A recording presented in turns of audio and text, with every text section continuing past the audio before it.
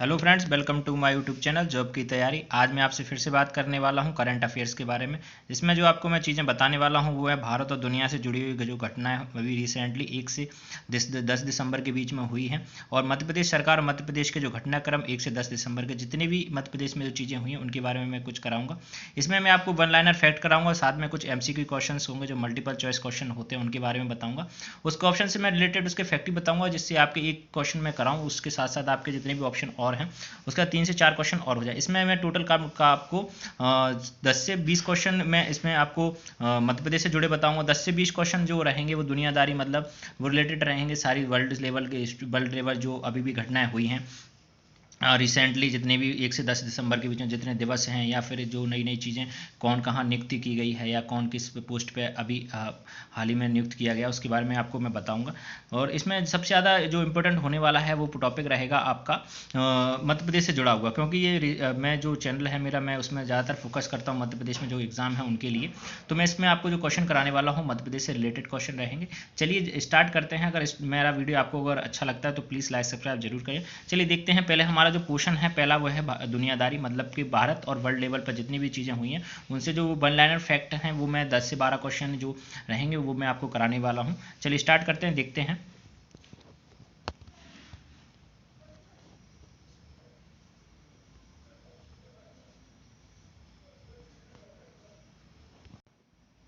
ये देखिए, हमारा जो पहला पोर्शन है वो है दुनियादारी व भारत। तो हमारा जो पहला क्वेश्चन इसमें जो वन लाइनर फैक्ट है वो एथेनॉल पॉलिसी लागू करने वाला भारत का पहला राज्य कौन बना है। तो हमारा जो राइट आंसर है वो कौन सा हो जाएगा, जो बिहार है राज्य है वो भारत में पहला एथेनॉल पॉलिसी लागू करने वाला भारत का जो है पहला राज्य यहाँ पर बना गया है। इसमें जो क्वेश्चन मैं आपको कराने वाला हूँ, जो आपके एग्जाम होंगे अभी जो जनवरी या फरवरी से जो मध्य प्रदेश का एग्जाम हो या कोई इंडिया लेवल का एग्जाम हो, सारे क्वेश्चन इसमें मैं आपको कवर कराने की कोशिश करूँगा। जो मैं आपको जो क्वेश्चन मैं बताता हूँ जिसमें जो इंपॉर्टेंट क्वेश्चन है जो आपके एग्जाम लेवल में पूछे जा सकते हैं, केवल मैं वही कराऊंगा आपसे। जो फालतू के क्वेश्चन है वो मैं आपको यहाँ पर नहीं कराऊंगा, या आपको अगर कहीं से और देखना हो या कहीं से आप रिवीजन करना चाहते हैं तो आप वहाँ जाके कर सकते हैं। लेकिन मैं जिसमें जो आपको कराने वाला हूँ सिर्फ इंपॉर्टेंट क्वेश्चन जो मुझे लगते हैं मेरे लेवल पे सिर्फ मैं वही आपको कराऊंगा। ठीक है फ्रेंड्स। चलिए, हमारा जो नेक्स्ट है वो है अनीमिया मुक्त भारत राज्य सूचकांक में पहला स्थान किसे प्राप्त हुआ है। तो अनीमिया जो होता है एक रोग है, वो भारत राज्य सूचकांक जो भारत जो स्वास्थ्य विभाग है उसके द्वारा जारी किया जाता है उसमें मध्य प्रदेश का जो स्थान है वो इसमें प्रथम में है। क्योंकि ये जो स्थान जिसमें जारी करते हैं जो सूचकांक जारी करता है वो स्वास्थ्य विभाग इसमें देखता है कि मध्य प्रदेश ने बीते 10 साल में एक इसमें अनीमिया मुक्त करने के लिए क्या क्या प्रयास किए, उसका स्वास्थ्य सिस्टम कैसा है, सारी चीज़ें इसमें वो काउंट करता है। ठीक है फ्रेंड्स। अगर हम नेक्स्ट क्वेश्चन देखेंगे तो वो है भारत के 40वें विश्व विरासत में शामिल किया गया है। किसे शामिल किया हो, तो आपने नाम सुना होगा धौलावीरा का। जो धौलावीरा है यहाँ पे उसमें आपने नाम सुना होगा, ये कहाँ है, इसलिए मैंने आपको और बता दिया कि अगर आपसे ये भी पूछा भाई धौलावीरा कौन से स्थान पे है जो 40वें विश्व विरासत के रूप में शामिल किया गया, तो वो कहाँ है, गुजरात में है। अगर हम बात करेंगे नेक्स्ट की, तो भारत का पहला अंगदान स्मारक कहाँ बनाया जाएगा या बनाया जा रहा है। तो वो कहाँ बनाया जा रहा है, जयपुर में। जो भी अब जो ऑर्गन डोनेट करने वाले लोग हैं जो डोनेट करते हैं उनकी सम्मान में ये एक अंगदान स्मारक बनाया जा रहा है। जो आई डोनेट करते हैं, किडनी डोनेट करते हैं, हार्ट डोनेट करते हैं अपना मरने से पहले, जो अपंग लोग हैं, विकलांग लोग हैं, उनके लिए, तो वो उनके सम्मान में ये पहला भारत में अंगदान स्मारक बनाया जा रहा है। वो कहाँ बनाया जा रहा है, वो बनाया जा रहा है जयपुर राजस्थान में। अगर हम नेक्स्ट की बात करते हैं, स्वीडन की पहली महिला प्रधानमंत्री कौन बनी है। तो जो हमारा ऑप्शन जो राइट है वो कौन सा रहेगा, मैगडेला एंडरसन। मैगडेला एंडरसन जी हैं वो स्वीडन की पहली महिला प्रधानमंत्री बनी है। अगर हम बात करते हैं 6 पॉइंट की, तो इसमें है टेस्ट क्रिकेट में एक पारी में 10 विकेट लेने वाले तीसरे गेंदबाज कौन बने हैं। तो ये बने हैं एजाज पटेल न्यूजीलैंड के। अभी आपने रिसेंटली जो टेस्ट सीरीज चल रही थी भारत और न्यूजीलैंड के बीच में, उसमें अगर आपने देखा होगा तो जो एजाज पटेल जी हैं जो न्यूजीलैंड की तरफ से खेलते हैं भारत के खिलाफ, इन्होंने भारत के जो सभी 10 विकेट थे उन्हें, मतलब 10 बल्लेबाजों को इन्होंने आउट किया था। तो एक रिकॉर्ड है अभी तक के जो टेस्ट क्रिकेट के इतिहास में कि सिर्फ 3 ऐसे गेंदबाज हुए हैं जिन्होंने पूरे 10 के 10 विकेट लिए हैं। अगर हम बात करें भारत के जो इकलौते गेंदबाज हैं अनिल कुंबले जी, इन्होंने पाकिस्तान के खिलाफ 10 पूरे विकेट लिए थे, 10 विकेट। तो ये भी एक फैक्ट है। कि भारत की तरफ से जो 10 विकेट लेने वाले गेंदबाज कौन है, वो अनिल कुंबले हैं। अगर दुनिया की अगर तीसरी रिसेंटली भी बात करते हैं तो एजाज पटेल हैं जो न्यूजीलैंड के, उन्होंने 10 विकेट लिए हैं। अगर हम नेक्स्ट देखते हैं वो क्या है, हाल ही में मिंत्रा ई कॉमर्स शॉपिंग की नई CEO किसे नियुक्त किया गया है। तो आपने अगर मिंत्रा पर शॉपिंग की होगी तो आपको उसे साहब पता ही होगा, जो ई कॉमर्स जैसे फ्लिपकार्ट है, अमेजोन है, वैसे ही मिंत्रा है, इस पर अगर आप जाएंगे ई कॉमर्स शॉपिंग पर तो इसकी जो नई CEO हैं उस कौन को नियुक्त किया गया है, वो कौन है, नंदिता दास जी। नंदिता दास जी को अभी मिंत्रा का नया CEO नियुक्त किया गया है। हमारा नेक्स्ट क्वेश्चन है सॉरी, भारत और मालदीव के बीच कौन सा मिलिट्री सैन्य अभ्यास किया गया। अभी रिसेंटली देखा होगा आपने या न्यूज़ में और अखबारों में काफ़ी रहा था कि भारत और मालदीव के बीच में जो मिलिट्री सैन्य अभ्यास किया जाता है हर बार, तो वो किस नाम से किया जाता है, वो होता है इक्विवेरन। तो इक्विवेरन जो है सैन्य अभ्यास से है। अगर हम बात करते हैं, अभी ये क्वेश्चन काफ़ी बार पूछा गया था, हैंड इन हैंड, तो ये कौन सा सैन्य अभ्यास किन देशों के बीच में किया है, तो भारत और चाइना के बीच में हैंड टू हैंड एक सैन्य अभ्यास का नाम है जो भारत और चाइना के बीच में किया जाता है। अगर हम नेक्स्ट देखेंगे उसमें क्या है, जूनियर वर्ल्ड हॉकी कप 2021 का खिताब किस टीम ने जीता, तो किसने जीता है, अर्जेंटीना ने। आप अभी ये देखिए कि जहाँ पे जो उड़ीसा कटक साइड जो अभी वर्ल्ड कप चल रहा था, जूनियर हॉकी वर्ल्ड कप, इसमें भारत के जो टीम थी उसको डिस्क्वालीफाई कर दिया गया था। किस कारण से, उनके क्योंकि एक प्लेयर थे उनके कोरोना पॉजिटिव पाए गए थे, इस कारण से उनको डिस्क्वालीफाई कर दिया था भारत को इस टूर्नामेंट से। नहीं तो वो इसमें जो पिछला जो हुआ था वर्ल्ड कप उसमें वो विजेता भी रहा था, या आप इसमें रिसेंटली कुछ समय पहले विजेता रहा था। तो अगर अभी की बात करें 2021 का खिताब किसने जीता है, तो वो किसने जीता, अर्जेंटीना की टीम ने जूनियर वर्ल्ड कप हॉकी 2021 का खिताब जीता। अगर इसकी मेज़बानी की बात कर रहे हैं तो मेज़बान इसका कौन था इस बार, तो इसका मेज़बान था भारत। भारत में ये टूर्नामेंट आयोजित किया गया था। नेक्स्ट देखते हैं, इंडोनेशिया में किस द्वीप पर ज्वालामुखी विस्फोट हुआ, तो किस द्वीप पर हुआ है, सेमेरू। जो सेमेरू द्वीप है वो जो इंडोनेशियन काफ़ी, जो आपने अगर इंडोनेशिया का मैप देखा होगा तो ज़्यादातर टापू वाला देश है, ज़्यादातर बहुत सारे टापू हैं। तो इसमें एक अभी नया काफ़ी चर्चा में रहा था, ये कौन सा द्वीप है, सेमेरू द्वीप है, वहाँ पे इंडोनेशिया में ज्वालामुखी विस्फोट अभी रिसेंटली हुआ है। अगर हम नेक्स्ट देखेंगे तो देखेंगे भारत का पहला कोविड-19 टीकाकरण पूर्ण करने वाला राज्य कौन सा है। तो जो जितने पात्र युवा हैं उनको अगर देखे जाएंगे तो सबसे ज़्यादा कोवैक्सीन की जो कोवैक्सीन और कोविशील्ड जो वैक्सीन आई है भारत में जो भी चल रही है, जो पात्र युवा लोग हैं या फिर बुजुर्ग लोग हैं, सभी को जितने पात्र लोग मैं बात कर रहा हूँ, पात्र लोग में बच्चे नहीं आते हैं क्योंकि उनको अभी एक कोरोना वैक्सीन नहीं दी गई थी। जितने पात्रता रखने वाले वैक्सीनेशन लेने वाले लोग हैं उनमें अगर सभी लोगों को अगर दी जाएगी, मतलब 100% मान लीजिए, हाँ करीब 100% ही है, उनको पूर्ण टीकाकरण लगवा दिया गया। तो किस राज्य ने ये लक्ष्य पूरा किया है, वो किया है हिमाचल प्रदेश ने। ठीक है फ्रेंड्स, हम नेक्स्ट देख लेते हैं। नेक्स्ट क्या है हमारा, नेक्स्ट हमारा NHIA मतलब होता है national highway authority of India के नए अध्यक्ष कौन बने हैं। तो इनमें अध्यक्ष जो बनी है वो कौन है, अलका उपाध्याय जी। अलका उपाध्याय जी जो हैं NHIA मतलब नेशनल अथॉरिटी ऑफ इंडिया के नई अध्यक्ष बनाई गई हैं। ठीक है फ्रेंड्स, चलिए नेक्स्ट देखते हैं। हमारे पास नेक्स्ट जो पोर्शन हमारे पास वो आने वाला है वो कौन सा है, मध्य प्रदेश का। जो मध्य प्रदेश में अभी रिसेंटली जितनी भी 1 से 10 दिसंबर के बीच में जितनी भी घटनाएं हुई हैं उसके बारे में मैं आपको यहाँ पर बताऊँगा।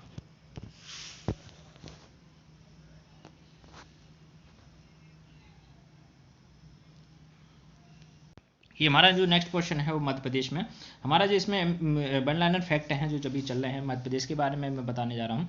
भोपाल में आयोजित राष्ट्रीय शूटिंग चैंपियनशिप में भोपाल शूटिंग अकादमी की बांधवी सिंह ने कितने गोल्ड मेडल जीते। तो अभी जब से आपने देखा होगा कि जो भोपाल में राष्ट्रीय शूटिंग अकेडमी में जो राष्ट्रीय शूटिंग चैंपियनशिप चल रही है, जो भारत के कोने कोने से जितने भी, ऐश्वर्य प्रताप सिंह का आपने नाम सुना होगा शूटिंग में, भानु का नाम सुना होगा आपने, भानु भाकर का भी नाम सुना होगा, जो ओलंपिक में भी खेले हैं, सारे खिलाड़ी जो शूटिंग में खिलाड़ी हैं वो कहाँ पर आए थे, अभी भारत जो भोपाल में राष्ट्रीय शूटिंग चैंपियनशिप चल रही थी वहाँ पर आए थे। तो भारत जो भोपाल की शूटिंग अकादमी की जो एक खिलाड़ी हैं बांधवी सिंह, उन्होंने 4 गोल्ड मेडल इन्होंने इसमें जीते हैं। तो एक रिकॉर्ड है ये भी, ये बहुत अच्छा प्रदर्शन, उम्दा प्रदर्शन किया है उन्होंने उस 4 गोल्ड मेडल जीतकर। ठीक है फ्रेंड्स, अगर हम बात करें नेक्स्ट की, अंतर्राष्ट्रीय खजुराहो फिल्म फेस्टिवल में लाइफ टाइम अचीवमेंट अवार्ड से किसे सम्मानित किया गया है। तो किसे सम्मानित किया गया है यहाँ पे, ये गोविंदा हैं, आपने नाम सुना होगा, गोविंदा जी का काफ़ी नाम सुना होगा। गोविंदा जी ने यहाँ पर लाइफ टाइम अचीवमेंट अवार्ड से इनको सम्मानित किया गया है। और जो अगर हम बात करते हैं खजुराहो अंतर्राष्ट्रीय फिल्म फेस्टिवल की, तो कौन सा संस्करण है ये इनका 7वां संस्करण था, मतलब कि अभी ये 2014 या 2015 से इसको शुरू किया था, अभी 7वां संस्करण इसको लाया गया था इसमें। और इसमें जो लाइफ टाइम अचीवमेंट सम्मान पाने वाले अभिनेता कौन है, गोविंदा जी हैं। ठीक है, नेक्स्ट ऑप्शन हमारा क्वेश्चन है, मध्य प्रदेश के अनाथालय में कितने वर्ष की बच्चियों को लाडली लक्ष्मी योजना में शामिल किया जाएगा। तो जितनी भी 16 वर्ष की जो बच्चियाँ हैं जो अनाथालय में अभी वर्तमान में हैं, अनाथ जिनके माँ बाप नहीं हैं या कोरोना में उनके माँ बाप गुजर चुके हैं, उनको क्या करेंगे, मध्य प्रदेश सरकार लाडली लक्ष्मी योजना जो है मध्य प्रदेश सरकार चलाती है, उसमें इनको शामिल कर लिया जाएगा। जो भी उनकी सुविधाएं जो जो उसमें दी जाती हैं उनके वो उनको दी जाएंगी। ये क्वेश्चन जो मैं आपको है ये मैं आपको आगे पूरा डिटेल में अभी आपको बताऊंगा, इसको आपको टिक मार्क कर लीजिए, आगे मैं आपको डिटेल में बताने वाला हूँ। नेक्स्ट देख लेते हैं, मध्य प्रदेश की कौन सी 2 नदियों को नदी जोड़ो परियोजना में केंद्र द्वारा मंजूरी दी गई है? तो कौन सी 2 नदियाँ हैं? वो है केन और बेतवा। तो केन और बेतवा में जो केंद्र द्वारा एक योजना चलाई जा रही है नदी जोड़ो परियोजना, जिसमें क्या रहता है, अगर कोई नदी सूख रही है या किसी 2 राज्यों के बीच में कोई नदी द्वारा विवादित जल विवाद ऐसा कुछ चल रहा है, तो क्या करते हैं, नदी जोड़ो योजना परियोजना के तहत तो एक नदी से दूसरी नदी में उसको एक नहर द्वारा पानी लाया जाता है, और एक रेशो के एक जैसा डिसाइडेड रेशो रहता है उसके द्वारा उसमें इनको पानी दिया जाता है एक राज्य से दूसरे राज्य में। इसमें क्या रहेगा, जो केन का पानी है वो किसकी तरफ जाएगा, वो बेतवा की तरफ जाएगा। जो केन का पानी बेतवा की तरफ जाएगा, इसमें बेतवा में अगर पानी कम है, अगर अभी देखे जाएंगे रिसेंटली जो उसमें मध्य प्रदेश और उत्तर प्रदेश की ये संयुक्त परियोजना है, जिसमें जल विभाजन में इनमें काफ़ी विवाद चल रहा था, इसलिए इसको केंद्र द्वारा इसमें मंजूरी दी गई है कि केन और बेतवा में जो नदी जोड़ो परियोजना के तहत इनको लाया जाए ताकि इनका विवाद थोड़ा बहुत सुलझाया जा सके। ठीक है फ्रेंड। जो नेक्स्ट हमारा टांटिया भील बलिदान दिवस मध्य प्रदेश में कितने दिनांक को मनाया जाता है? ये आप इंपॉर्टेंट क्वेश्चन मान लीजिए, क्योंकि इस बार जो टांटिया भील दिवस जो मनाया गया था 4 दिसंबर को भोपाल में, आपने देखा होगा नरेंद्र मोदी जी भी आए थे और काफ़ी बड़े लेवल पे इसको बनाया गया था, और जो सरकारी छुट्टी मतलब सरकारी अवकाश को भी इसमें घोषणा की गई है मध्य प्रदेश सरकार द्वारा कि 4 दिसंबर को एक सरकारी अवकाश इसको अब दिया जाएगा, इसलिए काफ़ी इंपॉर्टेंट हो जाता है। इस बार भी आपने देखा होगा पीएससी के पेपर अगर आपने दिया हो तो टांटिया भील जी के बारे में भी आपने इस बार क्वेश्चन पूछा था उनके नाम के लिए। इस बार भी आपको अगर ये क्वेश्चन आ सकता है क्वेश्चन पेपर में, तो इसको एक बार आप रिमेंबर जरूर रखिएगा। जो कौन सा है, 4 दिसंबर को टांटिया भील दिवस बलिदान दिवस मनाया जाता है। हमारा नेक्स्ट मध्य प्रदेश में पहले ड्रोन मेले का आयोजन किस शहर में किया गया? तो पहले ड्रोन मेले का आयोजन कहाँ किया गया? वो किया गया है ग्वालियर में। ठीक है फ्रेंड्स। हमारा नेक्स्ट है, मध्य प्रदेश में भोपाल के पहले पुलिस कमिश्नर कौन है? तो पहले पुलिस कमिश्नर जो है आपको मैं बता देता हूँ, पहले जो प्रशासन के कलेक्टर के द्वारा जो कुछ अधिकार थे उनको लेकर पुलिस कमिश्नरी जो रूल है वो उस मध्य प्रदेश में लागू कर दिया गया। अगर हम बात करते हैं कब से चालू किया गया, क्वेश्चन भी पूछा जा सकता है, तो कब से चालू किया गया? 9 दिसंबर से। 9 दिसंबर से मध्य प्रदेश में जो कमिश्नरी सिस्टम है वो उसको लागू किया जा चुका है इसमें। और जो भोपाल के पहले पुलिस कमिश्नर हैं वो कौन रहेंगे? मकरंद देउस्कर रहेंगे। और इंदौर के कौन रहेंगे? जी हरिनारायण चारी जी हैं, जो इंदौर के पुलिस कमिश्नर के रूप में इनको नियुक्ति दी गई है। अगर हम नेक्स्ट देखते हैं, राष्ट्रीय जल सम्मेलन कहाँ और कब से कब तक मनाया जाएगा? तो मनाया गया, तो इसमें कब से मनाया जाएगा? ग्वालियर में मनाया गया है 10 से 12 दिसंबर के बीच में। अगर हम नेक्स्ट की देखेंगे, सभी पात्र लोगों को कोरोना की दोनों डोज देने वाला मध्य प्रदेश का पहला जिला कौन बना है? अभी हमने जैसे बात कर रहे थे, जैसे दुनियादारी वाले पोर्शन में हमने देखा था, तो मैंने बताया था आपको जो हिमाचल प्रदेश है वो पूरे भारत में ऐसा राज्य है जो पात्र लोगों को कोरोना वैक्सीन की डोज दे चुका है। अगर हम बात करते हैं मध्य प्रदेश की, तो मध्य प्रदेश में जो पहला जिला कौन है? रतलाम। जो पात्र लोग हैं जितने भी पात्रता रखते हैं डोज लेने की, उसमें जो दोनों डोज हैं वो लगा चुका है रतलाम। ठीक है फ्रेंड्स। नेक्स्ट देखते हैं, अटल बिहारी वाजपेयी की यादों को संजोने के लिए कहाँ म्यूजियम बनाया जाएगा? मतलब अटल बिहारी म्यूजियम उनकी जो चीज़ें हैं वो वहाँ रहते थे, जो भी चीज़ें करते थे, मतलब उनके जो घर में सामान है या उनके कॉलेज वॉलेज के जो भी चीज़ें हैं, मेडल्स वगैरह, वो सबका एक क्या जाएगा म्यूजियम के रूप में। इनको एक पुराना घर है ग्वालियर में, उसी को क्या म्यूजियम में परिवर्तित किया जाएगा। ये कहाँ बनेगा? ये चीज़ बनेगा ग्वालियर में। ठीक है फ्रेंड। चलिए नेक्स्ट देखते हैं हमारे पास नेक्स्ट क्या चालू है।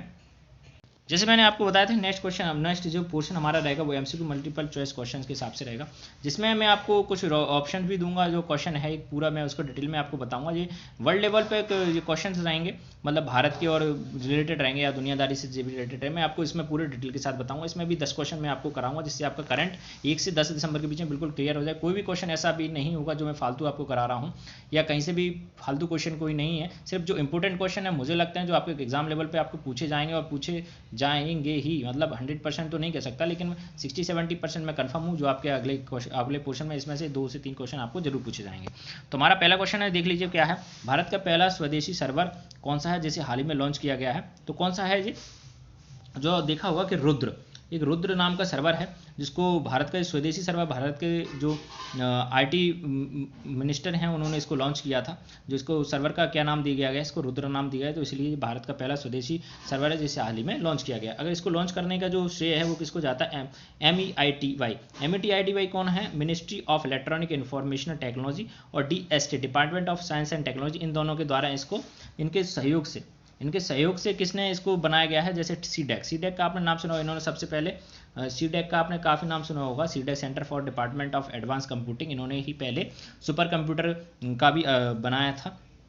इनके द्वारा ही ये स्वदेशी सर्वर इसको रुद्र है जो बनाया गया था। अगर हम और बात करते हैं शक्ति, शक्ति क्या है? शक्ति आईआईटी मद्रास द्वारा पालित भारत का पहला माइक्रो प्रोसेसर है, जिस शक्ति इसको नाम दिया गया है, जो आईआईटी जो है मद्रास द्वारा इसको बनाया गया है, और जो माइक्रो प्रोसेसर है उसको उसका नाम दिया गया है शक्ति। नेक्स्ट हम देख लेते हैं, नेक्स्ट हमारे पास क्या है। नेक्स्ट हमारा केंद्र सरकार ने रूस के सहयोग से 6 लाख AK-203 असॉल्ट गन बनाने की मंजूरी दी है।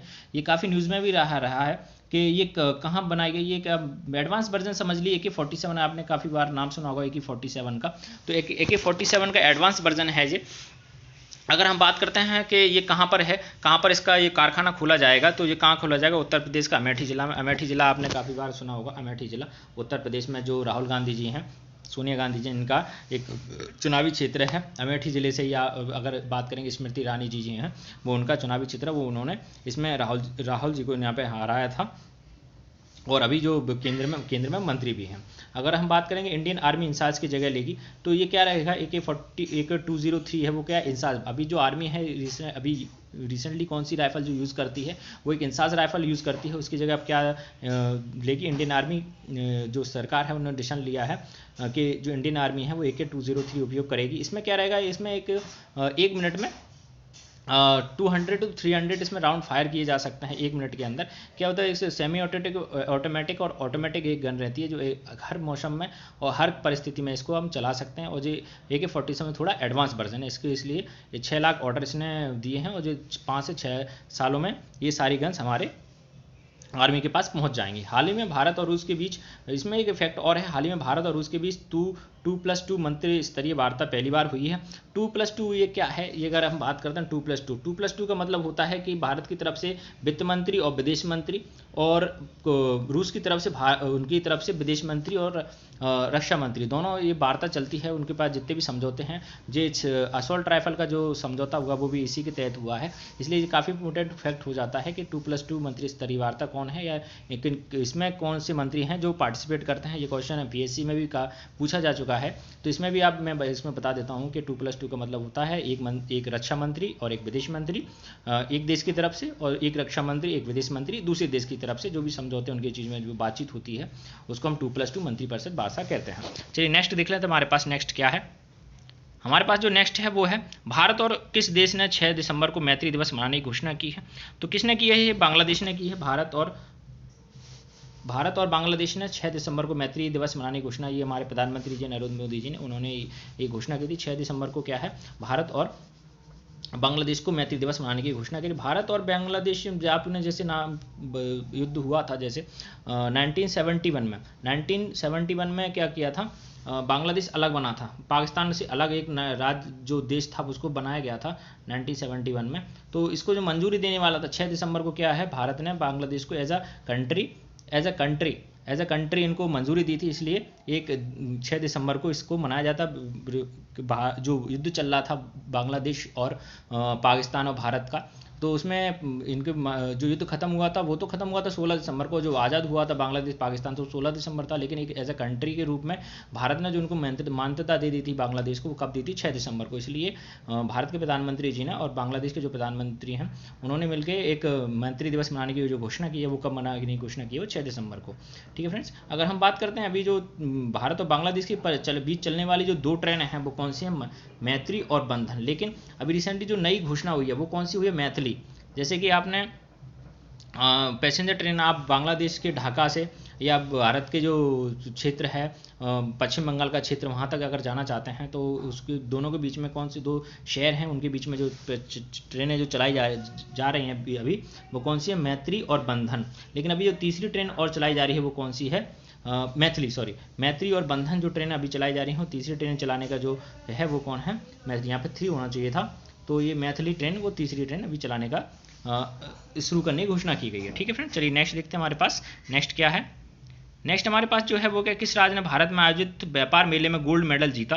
तो हमारा जो ऑप्शन है उसमें क्या है, उसके अनुसार ये रहेगा बिहार राज्य है। उसने क्या किया है, दिल्ली में प्रगति मैदान में आयोजित व्यापार मेले के 40वें संस्करण में गोल्ड मेडल जीता है। जो दिल्ली का जो प्रगति मैदान है उसमें जो व्यापार मेले का आयोजित किया गया था उसमें गोल्ड मेडल इन्होंने जीता है। अपने व्यापार में जो उन्होंने सुधार किए हैं या अपने जो इनोवेटिव आइडियाज़ लेके आए हैं वहाँ के लोग, उसके लिए उन्होंने दिल्ली के प्रगति मैदान में जो व्यापार मेला आयोजित हुआ था उसमें इन्होंने गोल्ड मेडल जीता था। इसके जो उद्घाटन करने वाले थे कौन थे? हमारे केंद्रीय मंत्री जो पीयूष गोयल जी हैं, उन्होंने इसको उद्घाटन किया है, इंटरनेशनल ट्रेड फेयर 2021 का। अगर हम बात करेंगे इसके जो विचारधारा है, मतलब कि एक थीम होती है हर चीज़ की, जैसे कोई भी आप सरकार की थीम लीजिए, पंचवर्षीय योजना की ले लीजिए, या किसी भी एक हर साल की जो थीम निकालती है, यूनेस्को की थीम है, किसी भी संस्था जो अपने एक थीम लेके चलती है, उसके इसका जो थीम थी वो कौन सी थी? आत्म भारत के साथ लोकल फॉर वोकल की थीम लेके चल रही थी ये, और इसके जो इंटरनेशनल ट्रेड फेयर की जो थीम थी। ठीक है, चलिए नेक्स्ट देखते हैं हम। नेक्स्ट हमारे पास क्या है? नेक्स्ट है, एशियाई विकास बैंक ने भारत को कितने मिलियन डॉलर का ऋण देने की मंजूरी दी है? तो 500 मिलियन डॉलर जो ऋण है वो दे देगी यहाँ पर एशियन विकास बैंक। जो एशिया विकास बैंक है उसका मुख्यालय कहाँ पे? मनीला, फिलीपींस में है। इसकी स्थापना कब की गई थी? 1966 में इसकी स्थापना की गई थी। इसके जो वर्तमान में सदस्य हैं वो कितने हैं? 68 हैं। इनको प्रेसिडेंट है वो कौन है? मात्सुगु असाकावा, जो अभी वर्तमान में इनके जो प्रेसिडेंट हैं। और अगर हम बात करते हैं एडीबी मतलब एशियन डेवलपमेंट बैंक, जो इन्होंने क्यों दिया है इसको भारत को ऋण देने का मूल जो रूप है उसको क्या दिया? भारत में मूलभूत शिक्षा हेतु ऋण दिया गया है, जिसमें जो कोरोना के कारण जो बच्चों का जो नुकसान हुआ है, जो स्कूली इंफ्रास्ट्रक्चर है वहाँ पे जो चीज़ें सुविधाएं पहुँचानी चाहिए थी सरकार को वो नहीं पहुँचा पाई है। कोरोना के कारण भारत को जो वित्तीय नुकसान हुआ है उसको पूर्ति हेतु इसको ऋण दिया गया है, ताकि भारत में जो शिक्षा का स्तर है उसको सुधारा जा सके। जो भारत में बच्चों की शिक्षा के रूप में जो कितना पैसा खर्च हो रहा है उसको और बढ़ाकर उनकी शिक्षा स्तर को सुधारा जाएगा, उनकी मूलभूत शिक्षा के लिए इसमें ऋण इसको दिया गया। ठीक है फ्रेंड, चलिए नेक्स्ट देख लेते हैं हम। नेक्स्ट हमारे पास मध्य प्रदेश सरकार ने 2006 के बाद जन्मी बच्चियों की अनाथ है किस योजना में शामिल करने का निर्णय लिया है? तो हमारा है, जैसे मैंने आपको अभी पिछली बार पहले बता चुका हूँ, जो मैं ये क्वेश्चन में जो टिक करवाया था वही है कि जो 2006 के बाद जन्मी जितनी भी अनाथ बच्चियाँ हैं उनको किस योजना में शामिल कर लिया गया है। उसमें किस में शामिल किया? लाडली लक्ष्मी योजना है, इसमें इसको शामिल कर लिया। लेकिन इसमें क्या किया है सरकार ने? इसको नाम बदल दिया गया। अब किसमें क्या कर दिया? लाडली लक्ष्मी योजना 2.0 कर दिया गया है। इसमें क्या किया इन्होंने कि अगर मान ली लाडली लक्ष्मी योजना में जो शामिल बच्चियां हैं अगर उनकी एज 18 वर्ष हो जाती है तो उनको फ्री लाइसेंस बना के, ड्राइविंग लाइसेंस बना के मध्य प्रदेश सरकार इनको देगी। और राज्य स्तर पर, ग्राम पंचायत स्तर पर, जिला स्तर पर क्या है? लाडली दिवस एक बनाया जाएगा।